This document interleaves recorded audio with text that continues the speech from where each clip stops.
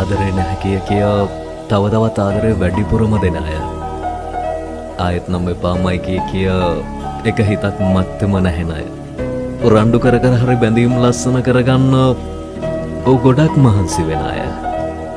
දන්නවද ළමයා? ඒ තමයි මේ ලෝකයට වැඩිපුරම ආදරේ කරන අය. කොතෙක් බාදා